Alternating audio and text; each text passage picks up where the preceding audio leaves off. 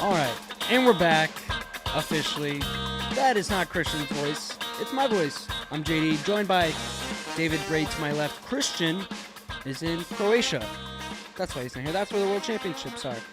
He's already there getting some good content. Head over to the website and to our YouTube to see all that. We are joined today, however, remotely by a former world teamer himself, multiple time. It's Reece Humphrey. Reece, how you doing, man? I'm doing great, man. Thanks for having me on the show. Absolutely. You've been on the show before, and we were like, let's get our man Reece back on. He knows what it's like to wrestle at the World Championships.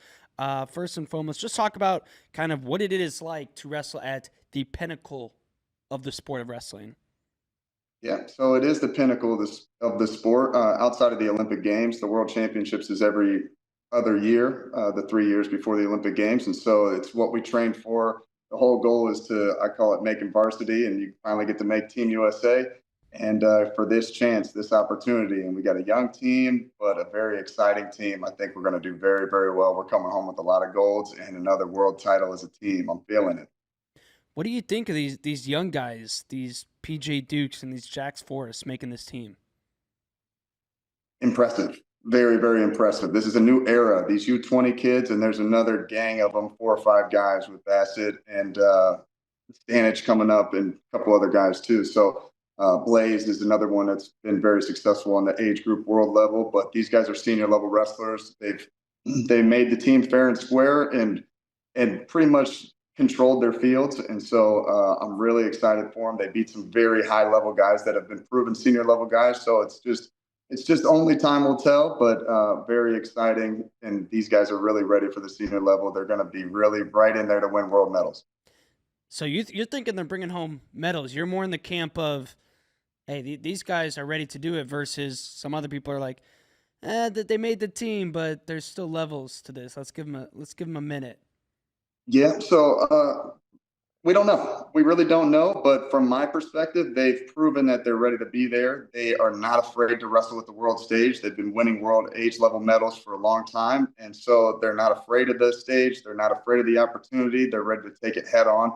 And to be honest with you, I think they're the best guys, and they proved that. And so I'm really excited for these young guys. I'm totally confident that they're ready to represent USA and win world medals. You know, I kind of fall maybe a little somewhere in between, where I do think they're ready, and I think if they don't bring home a medal this year, it wasn't because of inexperience or the moment got to them. Where I think maybe it's a good thing these World Championships are in Croatia is there's probably not going to be a huge crowd there, right? It's a little bit different than NCAAs, right? I feel like somewhere like NCAAs, that's maybe a time where the moment can really get to you a little bit more, where there's 12,000 fans on top of you or whatever, versus a couple hundred and 50 American fans in the stands, which is probably about what there'll be in Croatia. You're right. Yeah. So it's crazy because it's such a huge event, but when you get there, the crowd is not always roaring. Sometimes it's crazy with the Iranian fans, and depending on what country we're in, it could have a ton of fans there. It could have no fans there. I remember wrestling in the U23 World Finals, and Roselli was my coach at the time, Lou Roselli. And he goes, just because there's 6 people in the crowd doesn't mean this isn't a huge moment. And so they're still going to be nervous. They know how important the event is, whether there's a million people watching in the crowd, not in the crowd. It's going to be a huge event and something they've been looking forward to for a long time. But sometimes being the young kid, you don't feel the pressure. You still feel like an underdog coming into the event. And so maybe the lights won't get to them. And I think that's actually a benefit for us if you make the team for the first time when you're 29, 30, you've been looking to it for a longer time, and you've built that pressure up in your head, and it might have a bigger effect on you. But I don't think those guys are going to feel the pressure. And if they do, they've felt the pressure before, and they've wrestled right through it. They wrestle really hard. They get into a lot of wrestling positions. It's going to be hard for them to freeze up. It's just the way that they wrestle. I think we're good. Yeah, they really do wrestle, especially Jax, just zero regard for I shouldn't be in this position. Like, he just sends it. Yeah, I mean, that's kind of the way that the best guys do it. Whatever the position is, we got to wrestle through it. If you score, that's okay because he's going to score again.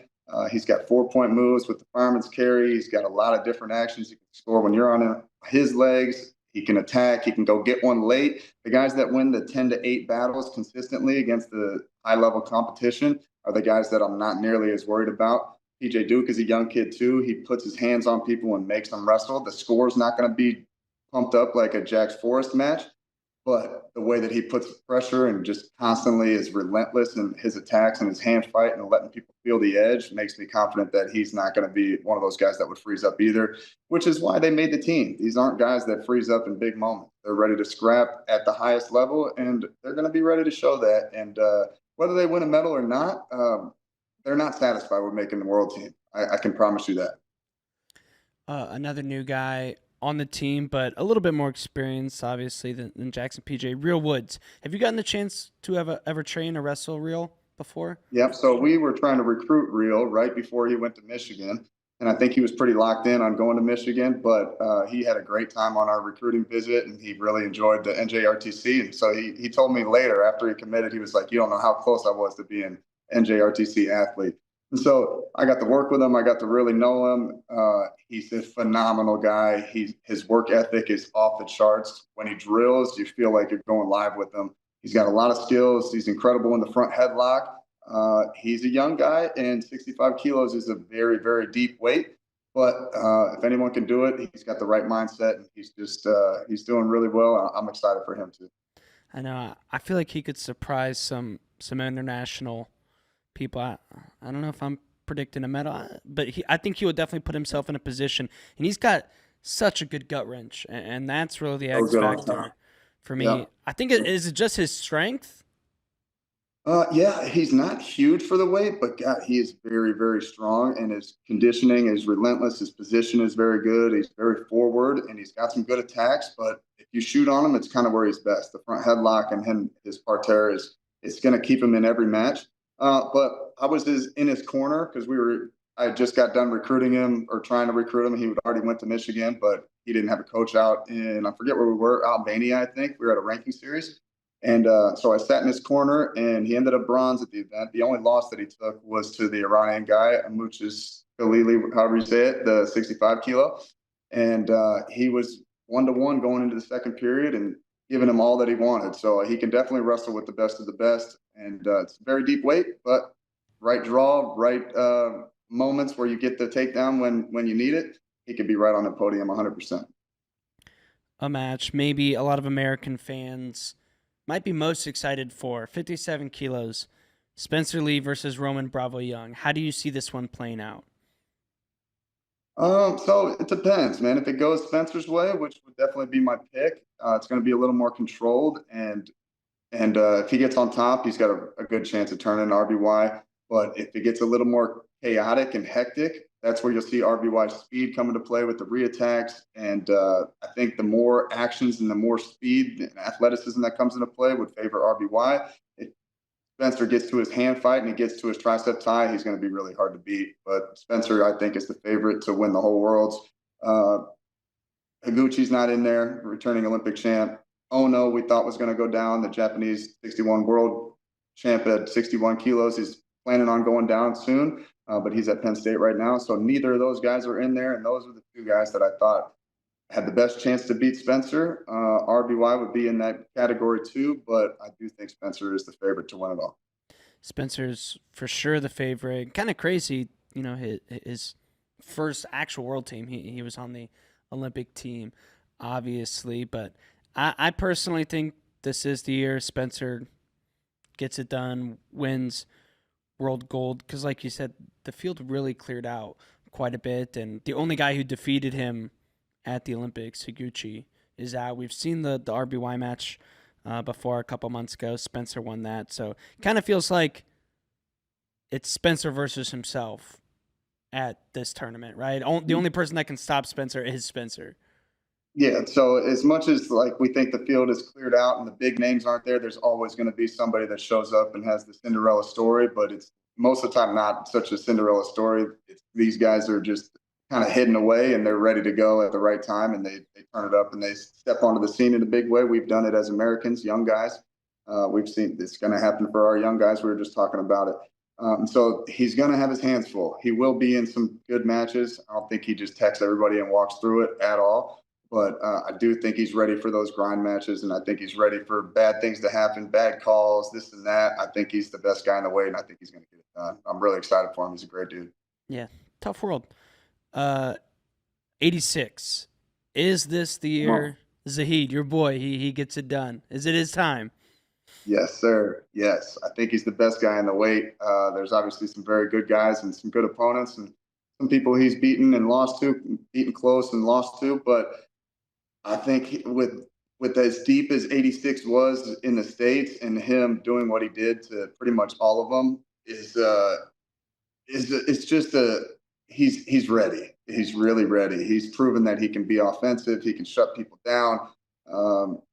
He's impressive. He beat my guy Chance. He beat Dake pretty handedly 3 times, and so those guys are guys that I would put up against anybody in the world as well. And so the way that he's wrestling right now, I think he's prone to win the world title, and I really don't see anybody stopping him. Why do you think he's made such a jump? Do you think it's wrestling with David Taylor, a change of scenery? What have you noticed about Zahid, and what have you observed about him the last year? Well, he's always been phenomenal. He's really just always been a phenomenal athlete, and been able to handle his conditioning issues for a little bit, but he's in shape now, wrestling with David Taylor every day. How could that not be a positive? Having a lot of the great partners at Stillwater, it's got to be a huge positive. A change of scenery, a new focus. He's always been close, but when you can really feel that you're about to win the world title and had a chance to make the Olympic team, it gives you a new life. And so the new scenery, it's probably better for him just in general, with more partners and having Dave as your coach and training partner, but also just a new setting and new eyes on you can just reinvigorate the thrill and the drive that you need to win. And then just being close enough to win a world title and having the challenge of Chance and having the challenge of Dake to get you excited and wake up thinking about how to be the best in the world 365 is why I think he's going to win it all. Yeah, and a little similar to 57, not quite to the degree, but when the Olympic champ isn't there, Ramazanov, obviously that's a good bump and a good sign for Zahid to bring home a medal. Gasimpour is still there, Kadiev, Ishiguro, a couple other guys, but Zahid's in a good position. Yep, Gasimpour, a couple-time medalist, very good, strong. That's one of the guys that Zahid's probably in the finals. I haven't paid attention to the seeds too much. I don't know if they're on the same side or not, but Ramazanov having surgery is huge. I think he was clearly the best guy and still going very strong. So that's a huge reason why I'm picking Zahid too. Yeah, Gasimpour is unseeded. Zahid's the 4, so Gasimpour will be a random toss-in. How do you feel about that, about the way UWW does their seeding, where it's a point system based off of last year's World or Olympics and then the ranking series events versus your standard seeding? It's clearly off a little bit, right? So it's like if you compete more, which is what they want, you have a much higher chance of getting seeded. But the seeds at the Worlds are not correct. If you look at them up and down the weights, it's just not the top 8 guys, and it's not in order from 1 to 8. So I think they need to put a little bit more points or emphasis on world titles, world medals, and those things should separate you no matter if you compete ever again. If you're a world champion and you come back into the weight, you should probably be the returning number 1 seed, whether you wrestle or not. You're probably going to wrestle with the Europeans and do that and all that, but Continentals should have high value too. But yeah, I don't know. The ranking series are probably weighted a little bit more than they should be, but I don't know. It just seems a little bit skewed. It's not really correct for what I think seeding should be. Yeah, I think I still kind of like it because, they're trying to incentivize guys to compete more, but it doesn't really work with the best guys. So maybe you try and you scratch it because the best truly don't care. So it just depends on what you really want to value. Do you really want to value incentivizing your 3 through 10 guys competing, or do you want to incentivize getting an actual true quote-unquote seed at the World Championships? And if that's our goal, at that point, just maybe have a committee seed it. Yeah. Well, I think about this a lot because earlier, Reece mentioned like being on Team USA, it's like making varsity. One of the things I think about is like the World Championships. Like that's ideally that's like, if you compare it to another sport, that's the postseason, that's the playoffs, that's like the thing you worked all year to get in and to go season. Yeah, but there isn't a season. That's the crazy thing. I mean, even you think about Team USA, and we incentivize keeping our medalists around. So there are lots of years where you go from the postseason, which is the World Championships, straight to Final X, and it's like there is no season. So I guess, Reece, why do you think wrestling is so much that way? And then is there any way that we ever get ourselves to a position where every athlete is at least competing with some regularity throughout the year? I hope so. I really hope so. We're seeing a lot of these new pro leagues with RAF and with Claw coming out, and there's other organizations that are running these or attempting to run these pro leagues. And so that would be awesome if we had a season with localized teams, regional teams, that we could really just have that season that we're talking about. But it is kind of interesting. Like, you might not compete before the Olympic trials. You might not compete much before the World Team trials, and then another huge break before the World Championships. You could be a different guy. You could be hurt and be the number one guy. And so it would be nice to have a little bit more of a stats to base around to see who the best guy is and to see who the seeds really play out to be. It'd be cool as a fan. It would be really cool to have some sort of league like that. But I think people are trying, and I think they're doing a good job too. Yeah, I do too. I just like I think about other sports, and I'm like, man, could you imagine if you won like the Super Bowl or the World Series or the NBA championship, and then like you just like you didn't have to show up to like the postseason the next year? That'd be insane. It'd be like, what? No, of course not. But that's kind of how we do it. So you can treat the point system is they value this season. You proved it this year to a degree, because if you win a world title and then basically wrestle in one ranking series event, you will get the top seed. It's really not that hard if you won a gold the year before to get the top seed. You basically have to compete one time, and you don't even have to win. Just win a medal at that time. The year prior is still very, very heavily weighted in the point system, as long as it's the same weight. If you change weights, it only stays at the same weight. But so that's why, and everybody knows it.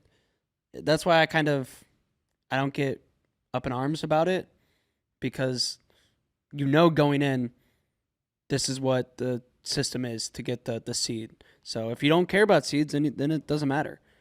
Yeah, so I think those guys don't care that much, so they might not compete one more time. But you're right though, that the world champion is weighted pretty heavily. So the top 3 seeds tend to be pretty close. Top like 1, 2, and then maybe a 4 tend to be the best guys.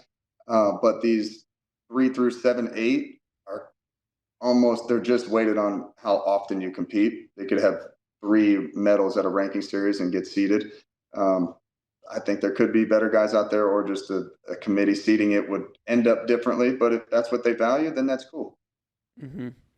One thing we haven't even mentioned yet is Sadulaev officially out.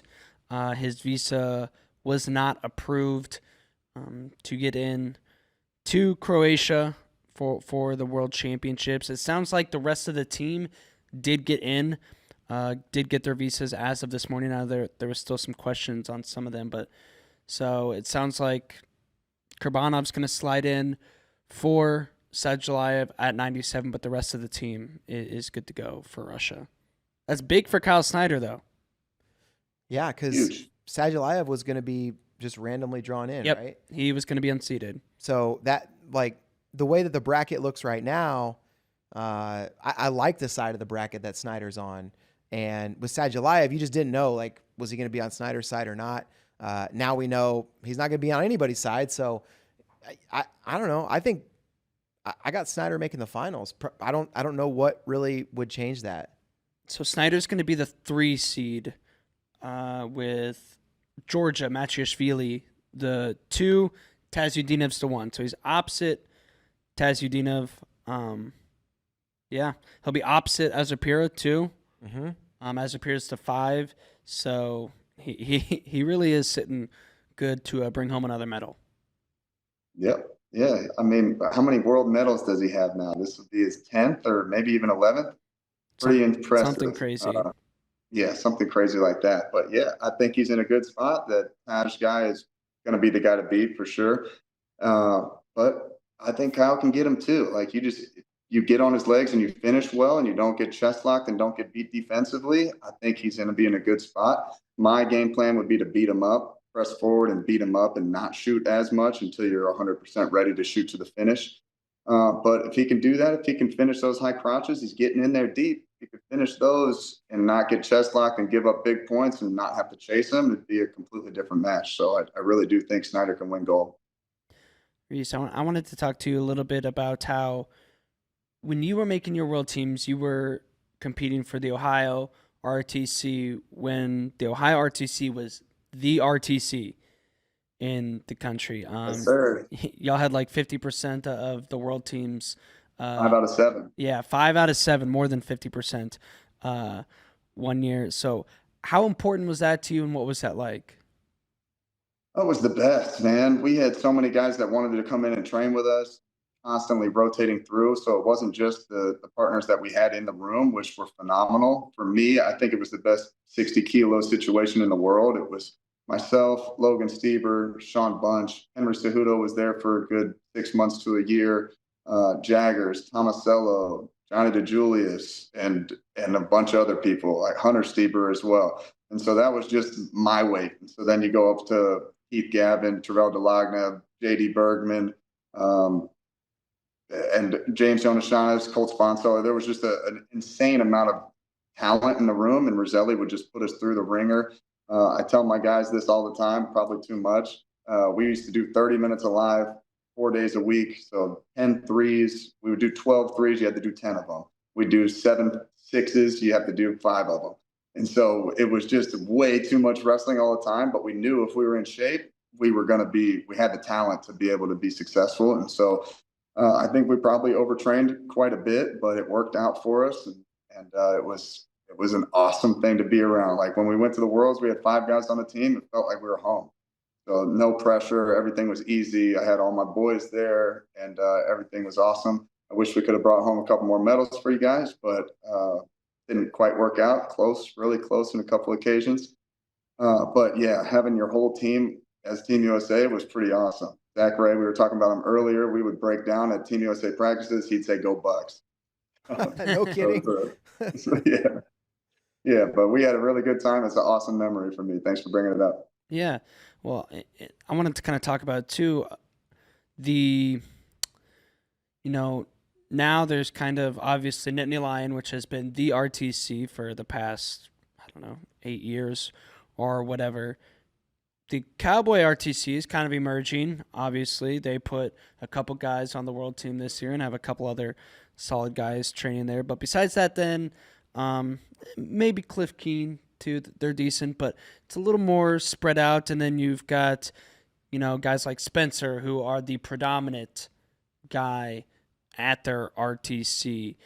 And if you were an athlete, right?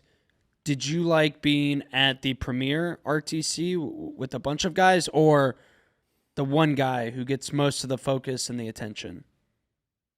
I don't know. To each their own. I think both situations are very good. If you have good partners, you could be Spencer Lee and have a bunch of partners right around you. Of course, people are going to be attracted to go there to train with Spencer Lee. So he's got a lot of different partners. And then the focus is on you pretty much all the time. You're going to get all the best scouting reports. You're going to get a lot of attention from a lot of coaches, but some guys don't like that attention. Some people just like to think about themselves and like to have somebody put them through. And so blending into the crowd of an RTC where there's a ton of people that the attention gets spread out might be more beneficial to certain athletes. So to each their own. I mean, we have Quincy Monday and Yaya Thomas right now battling every day in the room, and Kennedy Monday. And and chants. And so it's been really good. And so we have, everybody gets enough attention and everybody is excited and happy to wrestle. And we all have good partners all the time. So it's nice. Yeah. It's any way is good as long as you're trying really hard and representing the country the right way.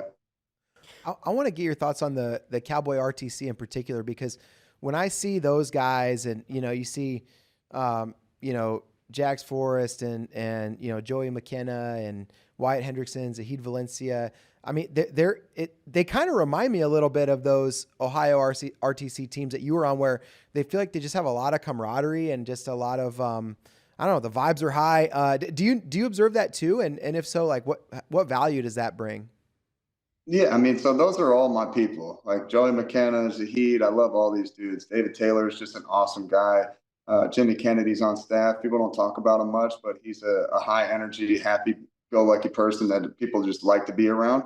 But I do think that Dave brings that energy into the environment of the room, and all those guys are just happy-go-lucky people. And so I think that's kind of who they are, but I see it brought out of them even more. It's easy, and this is what the Ohio RTC was really great at, and what we do well at the NJRTC is we love being at practice. It's my favorite place to be every day, and obviously I have other favorite places to be too, but I really, really enjoy and get excited when I'm driving over to practice. It's not something that's daunting. It's not something that I'm dreading. The work is going to be there. It's going to be very difficult, but I'm around people that I'm excited to see. I'm around people that are excited to wrestle and excited to improve themselves. And so that's what I see at Okie State, and that's what we had at the Ohio RTC. And I think it's huge. It's huge. If you want to be in the wrestling room, you're going to want to learn, and you're going to get better at a much faster rate. And then their just success level is off the charts right now. And so when you see one guy doing it and you pay attention to their lifestyle and the things they're doing right, and next guy follows suit, and then the next guy follows suit, and all of a sudden you have a culture built. And David Taylor's doing a phenomenal job to be able to build that in his first year and a half. It's why he's David Taylor.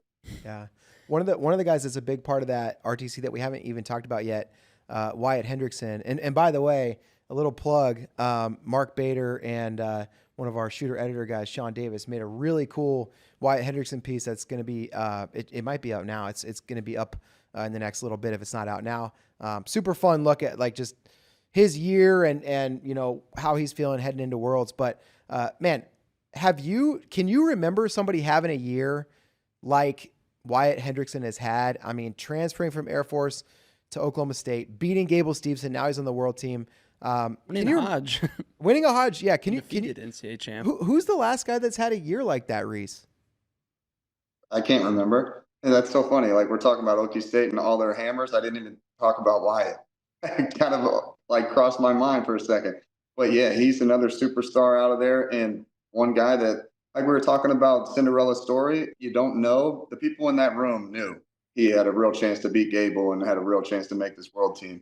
And so it's not a Cinderella story to the people that know. And so there's going to be guys that are like that at the World Championships that their team really knows. And it's why you can't just guarantee someone the world title. But Wyatt Hendrickson's having a hell of a year, and he's got to be confident going into the World Championships. Beating a guy like Gable and having guys with success that are your coaches are all confidence builders, and I think he's going to do a great job. Heavyweight is not the deepest. Zagreb is phenomenal, and there's a couple other guys in there that are hammers, but I think he's really got a good shot to medal and do something cool to beat some of the best guys. If anybody who is listening live has any questions for Reece, they can drop them in the YouTube chat, and we'll try and get to those at the end. I wanted to talk to you, like you said, when you were at the Ohio RTC, you and Sean Bunch, obviously, many years were vying for the same world team spot at the same weight. That is an issue I'm sure you've run into at the NJRTC, and a lot of RTCs have. How did the Ohio RTC kind of balance that, and how do you balance that as well as a coach when you've got two guys who are supposed to be teammates or who are teammates or who are supposed to be great friends but are ultimately trying to achieve the same goal? Yep. So it takes a little bit of an ego drop that you have to have. You can't have an ego and you have to be able to give up takedowns. You have to be able to still try things and work on your second best attack, your third best attack. You can't just try and win every single go when you have somebody in there. They're obviously your competition, but they're your number one training partner too. And it's so huge. It's kind of like what I was talking about. You see people, the way they live their life, and you see the work that they're putting in. If this is the guy that you have to beat, I had to beat Sean Bunch, and Logan Stever was actually coming up, and we were 1-2-4 going into the Olympic trials. And so having the best guys in your weight in the country in your wrestling room is something that's right in front of your face all the time. So it's really easy to stay motivated. And it's also really easy to start game planning, but they're doing the same thing to you. I'm not showing them my best stuff, but like coming up a month before the US Open, month before the World Team Trials, I probably stay away from them a little bit, but I'm using them, and that's why we separated ourselves in the first place, is because we had the best partners in the world right there every single day. So we were being challenged and tested it, and there's really not that many people that can score on you if you're a top three guy, if you're a national team guy. And so to be getting scored on every day is something that really pushes you. If somebody took me down, I was not worried about it, didn't think twice, just got back up and did the next best thing. And so I loved it. I really did. And we would joke around, and we also, you have to be able to respect the guy enough to be able to punch him in the mouth during the go every single day, and then be best friends right afterwards. Logan and I are still best friends. Bunch and I still talk. Coleman and Scott and I are still friends. We didn't train together, but except outside of Team USA practice, but we were all very willing to punch each other in the mouth, and all cool enough to be able to dap each other up 2 seconds later. And it's a special group of people that can do that, but I think it's a huge benefit if you can be around cool people that can do it. Absolutely. Dude, especially the last couple of years of your career, I feel like making 61 had to have been just terrible. Hell. Terrible. 0 food for 2 weeks. Oh. Liquid diet. Yeah. Dang. How did you do it? Fathom it. I don't know.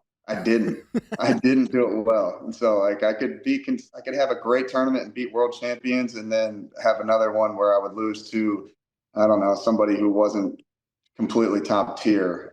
But 2015 or so, I went up to 65 kilos because I was kind of over it. Even right after making the world team, I went up in 2014, tried to go to 65 kilos. I got 5th at the Open, and I was like, this sucks worse than cutting weight. So I went back down to 2015, but after I had kind of bulked up. So that was by far the hardest cut that I've had. But I still made the team and was ready. The Worlds were in Vegas. I was excited about it. But I thought that everybody was going to be going up, because 2016, there was no 60 kilos anyway. And so I kind of figured everybody would have the idea to start bulking and fill into that weight. There was 20 some world medalists in my weight. I believe I might be exaggerating that at this point, but it was a crazy amount of world medalists in my weight. And I had to wrestle 3 of them back to back to back, going 1 and 2. But I could have a great match and then just be totally off, just be inconsistent just with the way it was taking a toll on my body. But do I regret it? Not at all. It was, I wish I could have been 66 and been there my whole career, but the way it worked out really well. I had a lot of success. Obviously, I would have loved to have been world champ, world medalist, but I feel like I gave it my all, and I probably wouldn't change a thing. That time after the Open, and I think you said it was 2015, what did you start out at that you then descended down to? I weighed about what I weigh now, maybe 162, down to 32, 34 when it was 61. Yeah. And I mean, that's my 162. I'm not a big eater. Like if I get a 6-inch sub from Subway, I'm eating half of it. So then cut 30 pounds from that. Jeez. Dang, that is crazy. And 2015, was that still day before? Yeah. Mm-hmm. Yeah, there was no way 2 hours. Right. Yeah, no way. Do you think it's better for the sport to have day of weigh-ins, or do you think day before? Yeah, I think day of weigh-ins is a good thing. The foreigners are getting used to it now. In the very beginning, it was a bit of a shock to them. But I just don't think they cut as much weight. We still try and cut a decent amount, but as long as you can be ready to wrestle 2 hours later, you can't cut 30 pounds. Like I wouldn't have been able to do it. I mean, Steve, same way, making 60 kilos back when he did. We were carrying him to the scale sometimes, and I'd be like, oh, this guy's done. I'm going to kill him tomorrow. And then he'd come back a completely different person. If you had to wrestle 2 hours later, it would have been pretty much impossible for him and for myself and for other guys across the world. When the night before weigh-in was a real thing, 2-hour weigh-ins is a good thing. You mentioned the 2015 World Championships, and I was there just hanging out watching as a fan, and I'll never forget I think the weigh-ins must have been like in like an upstairs room, but just off the casino floor. And I remember watching like all these different international wrestlers coming down the stairs, just like no shirts on, just looking like they're about to die. Meanwhile, there's just Granny over here smoking a cigarette at the slot machine. That was one of the wildest. Do you remember that? What do you remember from that? I remember from that we got in line for weigh-ins, and so obviously, that we've done the South Point enough times to have the granny smoking a cigarette in our face when we're down to weight, having done one thing wrong for the last 6 months, and then she blows a cloud of smoke in your face. It's like, okay. But so that's one thing. But what I remember is we lined up for weigh-ins maybe an hour before, and somebody thought it was time to go. We were all sitting there, and so we all stood up, got this close together, and I'm holding on to two rails like this, and these guys are trying to push back past me for over an hour. I'm defending these guys for my spot and weigh-in line. I'm like, this is not how this should be. We should all relax. But that one was definitely an interesting one and one to remember in the most annoying way possible. The 2015 World Championships, I don't know, this is kind of off topic, but man, it was so awesome to have a World Championships in the U.S. And obviously we're going to have the Olympics in L.A. in 28 and, hopefully a World Championships in the U.S. in 27. What was the difference, as an athlete in terms of just the reception that you got, just like the texts, the calls, all that stuff when the World Championships were in, a time zone where people were awake during the event? Yeah, it's true. Yeah. All that is a very valid point, getting all the text and everybody's actually watching, but being in the venue was the most different I felt. Everybody's cheering for you. Every call that's really close, you're getting the boos and the cheers for when things are going your way. And I think it helps, having the home crowd is a really important thing. If we get the Worlds in 27, that'd be phenomenal to get the medals and the placement of top 6 to qualify for the Olympics. I think it all helps. Feeling at home, being able to drink the water out of the faucet if you need to, just having everything be really easy and things that you're used to. People speaking English, it just makes it seem more like home and makes it a little bit less difficult because traveling, although all these guys are really used to it, it's still a process to get things that are normal in America. So we can have the Worlds in 27 at home and then the Olympics in 28 at home. I think it's a huge advantage. And having a crowd behind you, you feel it. Like we're talking about having no crowd and how you can be comfortable with that. When the crowd is on your side, it makes it way easier. It's really exciting when that kind of energy is brought to the sport. That reminds me, we should give a shout out to, or not a shout out, but a quick rundown of this year's schedule. Action's going to get underway starting at 3:30 a.m. Central Time every day. With your qualification rounds and your repechage. And then, let's see, I wrote it down here. Then at 9:30 a.m. Central Time is going to be semifinals, and then 11 a.m. is medal matches. Yeah. And I got to give a shout out to myself because I made a schedule graphic swipe post, and I had to use a brand new software that I'd never used. But if you want to know which wrestlers are wrestling on each day, check it out. And man, I'll tell you what, the World Championships they're starting now, but we're going to have such an incredible slate of wrestling action coming up this year on Flow. So you're going to want to sign up for the annual subscription. If you're signing up, I would just sign up for the whole year because we got Who's Number One right around the corner, Super 32, and we're going to have the best slate of NCAA events that I think we've probably ever had. So just do the whole year. Obviously, your Princeton Tigers you're looking forward to, Reece. But what else are you most looking forward to this college season? I'm just excited for wrestling to get started again. So it kind of never ends for me. I'm doing the freestyle full time, but I get excited for the college season. It's an exciting time. It's really hard and long for the guys that are in it, but for us guy who's coaching and spectating, it's just exciting and fun the whole time. There's a lot of action, like you guys were just talking about. There's so many big dual meets. The who's number one is getting cooler. All the events are just getting to be to the top level, and these young kids are ready to go. College level guys or senior level guys. You can't tell them apart. And so it's just really high level wrestling all the time, all year. Exciting stuff. Who's number one? Your neck of the woods this year, Jersey. Yeah. That's All-Star Classic. Or All-Star Classic, excuse me. Yeah. Who's number one? We've announced where it is, right? Yes, Coralville. Yes. Yep. Iowa. Mm-hmm. So I'm getting my my preseason events. They're great events. They're both great events. Both great. Yeah. You know what? Tune into both of them. I will. Do we have any questions for Reece in the chat? We got people arguing in the chat about whether or not it's a good thing that Sadulaev's out. So not really questions for Reece. Most people want him in. Some people want him out. How prevalent was that issue, Reece, when you were, on the world stage of like guys being allowed in or not allowed in? I don't remember a lot of, not on the political side. Maybe it was more with like guys getting popped for PEDs, but was that much of an issue back then? Everybody was in all the time. Like now it's like, is Russia in? I don't know. That was never a question for us. Russia was there. Russia was there every single time. And so, yeah, this is a new thing. And obviously you want to compete against the best guys when you're an athlete, but you also just don't care. I don't care if he's there or not. He's scouted. I know who he is. I'm ready for him. If he's there, if he loses early, if he doesn't get allowed in the event, things happen. I'm trying to win a world title. Whoever steps on the mat in front of me is the guy that I'm going to be wrestling against. And so, yeah, you want to be the best in the world. And if Sadulaev's not in the weight, then that's always like a question mark for people that really know and were there. But also, so like that's his problem. It's not Snyder's. Snyder's there, ready to weigh in. If you are able to make weight and you're allowed in the event, then you're there and he'll compete against you. But if not, there's a million things that can go wrong outside.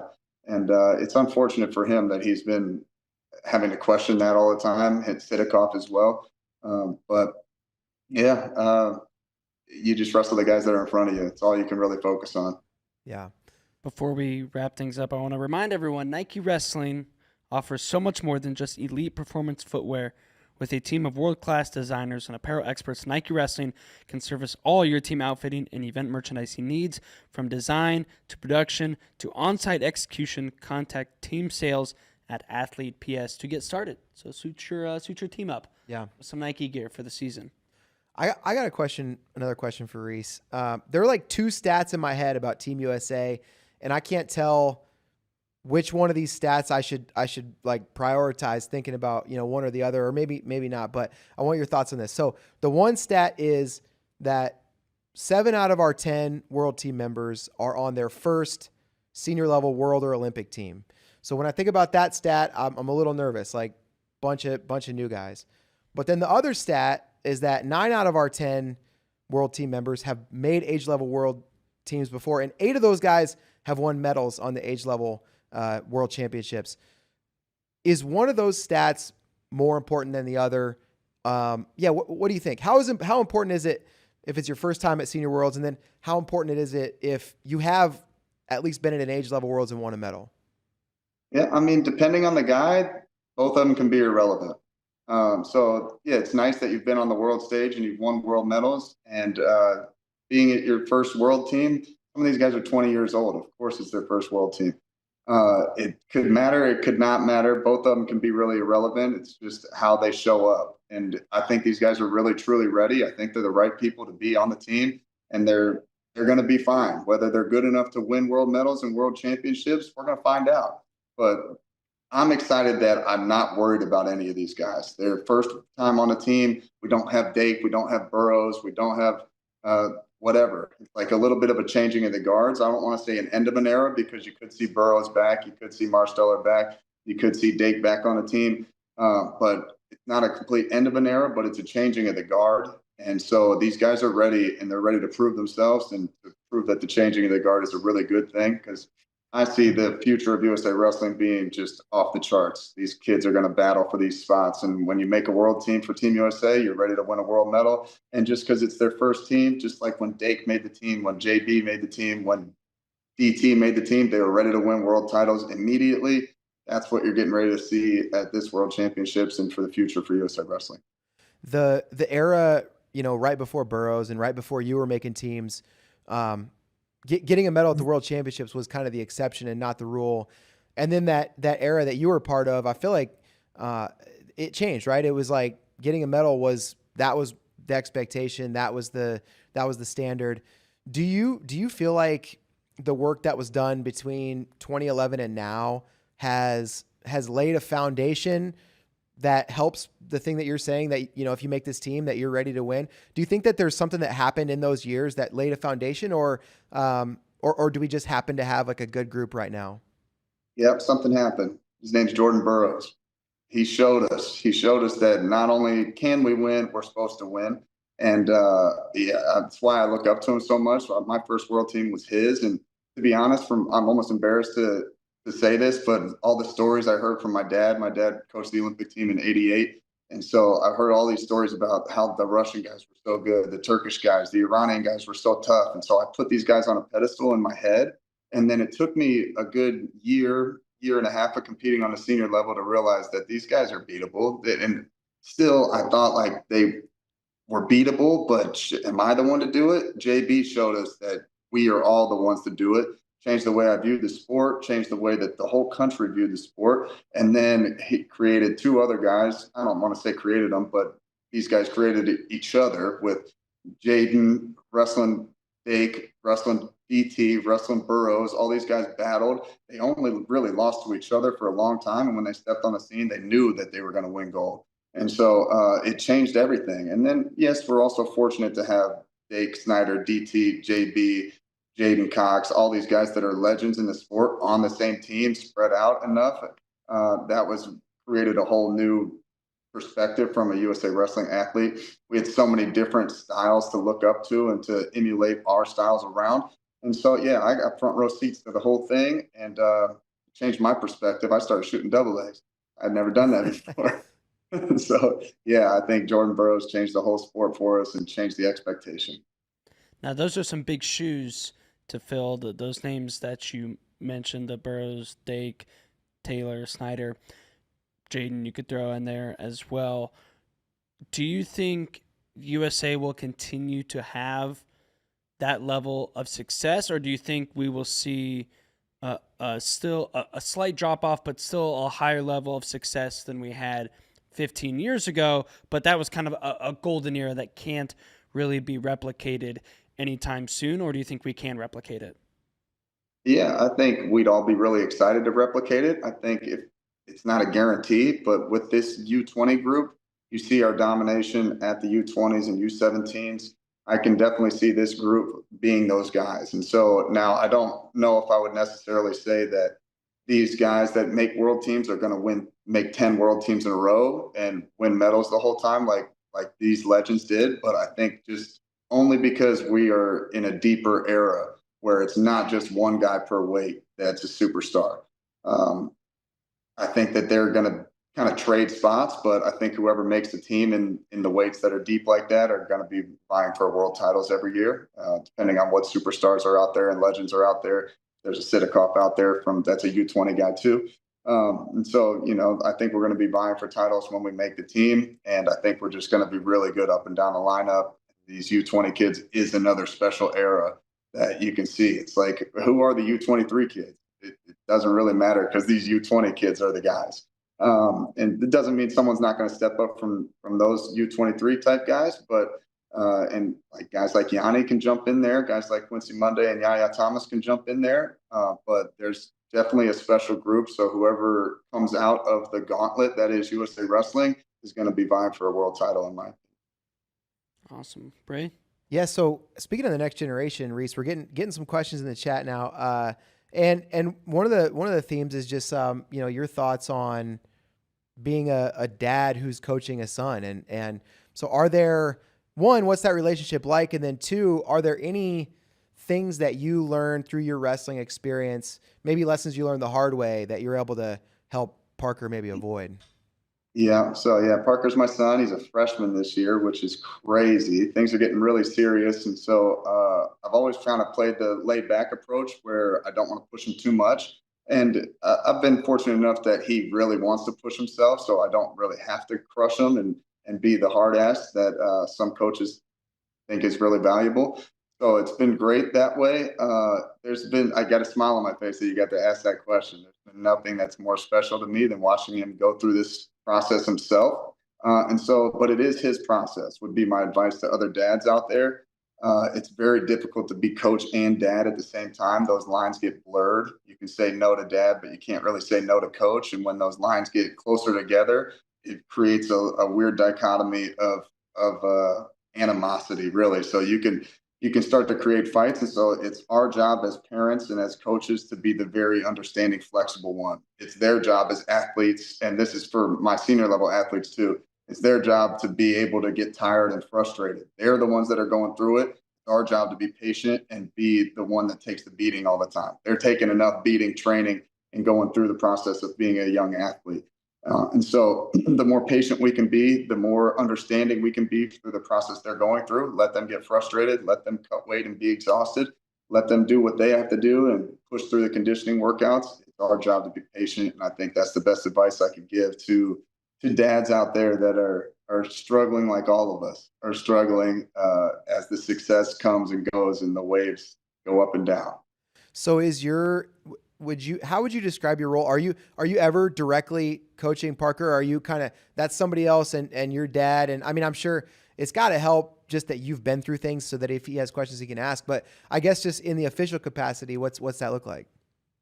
Yeah. So I find much more value in when he asks me the question than when I keep random information on him. So I'm directly his coach a lot, just because we travel to so many tournaments, just he and I, and then we'll have a Princeton Wrestling Club guy there a lot, but I'm in his corner for the most part right now, all the way through 8th grade. It's been like that, but it's also so important that we have such a great community. Ashnault's running the club right now. Duke is in there with his son Chase. Cody Brewer's in there all the time. It's just Ryan Wolf is a new coach for us, and so we have so many great coaches that I can. When he starts saying no, the lines get blurred, and I start being dad, and he starts getting frustrated with me and starts wanting to be combative or defensive, which is totally normal and natural. I can throw him over. I can walk away, and Dubuque will come right over. I can walk away, and Ashnault will show him something. CJ Brucky, my buddy, is showing him stuff in the kitchen all the time. It's so nice that it doesn't all come from me, and he can find the similarities between all of our styles and create his own style. So we do have a whole village and a whole nice community that makes my job much, much easier as a coach / dad. Awesome. Well, Reece, this has been awesome. Is there anything else you kind of want to add or whatever? Get off your chest before we get out of here. So we make music. I just talked about CJ. Yep. No Genre. You can check it out on Spotify. Type in No Genre and highlight Humphrey or Young Brook, and you can find some of our music. We release an EP every single month, so there's a lot of new music out there, almost too much to listen to, but we're No Genre. So if you like rap and R&B, we got something for you. If you like EDM, we got something for you. If you like country, there's maybe a song or two on there for you. Yeah, man, we got it all, and it's been a really fun process. Definitely scratches the itch of not being able to compete as much anymore. My neck and my body can't handle it. I can still compete in there, and it feels like that. It's exciting. It's challenging. It's frustrating. It's a really fun thing. It's really fun. So hopefully you guys can join the party with us. No Genre on Spotify, Apple Music, anything. If somebody wants like one entry point, would you recommend like one song to get started? Anybody want to dance? Okay. Anybody want to dance with me? No. I like it.